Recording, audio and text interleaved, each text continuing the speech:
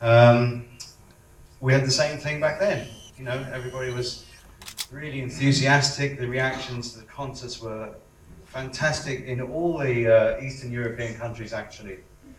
So it encouraged us to come back each time, because I think any artist or musician enjoys getting a reaction from a crowd. So, but most of the tours, to answer your question, really blur and blend into one long event, you know, especially when you've had a few beers along the way. So, you know, it's difficult for me to remember the exact concert when we play here, but I know it was good, and there you go. That's about what I can say. My favourite tour? I don't really have a favourite tour. Favourite album would be Songs of Faith and Devotion. And obviously the devotional tour was quite a special tour for many reasons. Sometimes a little bit difficult, but also a brilliant production. I think, you know, the music was very strong at that time, I think. And the production with Anton Corbin's 7 different screens, you know. I saw the devotional film quite recently, and I hadn't watched that since the time it was made. And I really enjoyed it. I mean, I thought it still looked really good. So that's probably my favorite tour. Anyway. Favorite album? Yeah, that album as well is my favorite album.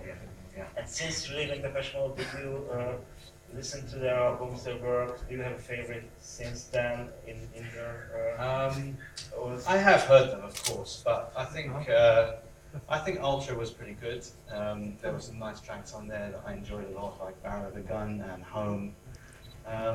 Yeah, so that's probably my favorite from the post Alan Wilder era.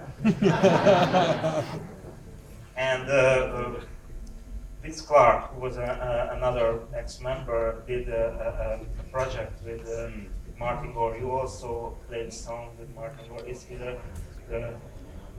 main instigator in this kind of reconciliation process, or anything? Is it something? It's not really a reconciliation process. It's just that.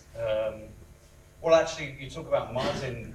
He's changed a lot in the last few years, mainly because he stopped drinking. So it was like meeting a new person, someone I'd never met before. And actually, Martin is much more outgoing than he used to be. He never used to be an instigator of too much, you know. But these days, I think he's very different. He seems to be very different to me, anyway. And he did a project, as you say, with Vince. He also came and DJ'd for us when we did the Recoil show. And yeah, it's a good thing, I think. I think it's very good for them that they expand a little bit and do some other things outside of the group. You know? Did you find it interesting, his work with the Spartans? Is he the NG project, or? Well, I don't want to comment too much on the other people's music, but it's kind of like a dancey kind of techno-y record, and it's not quite for me, but you know, it's not what I choose to listen to most of the time. One of your favorite songs from the early era was Flying on Windscreen. Yeah. And last week, Vince Clarke released the version with Anne Brown, Norwegian singer. Yeah. Have you heard it? I heard a portion of it, not the whole thing. Yeah, sort of different, very different sounding.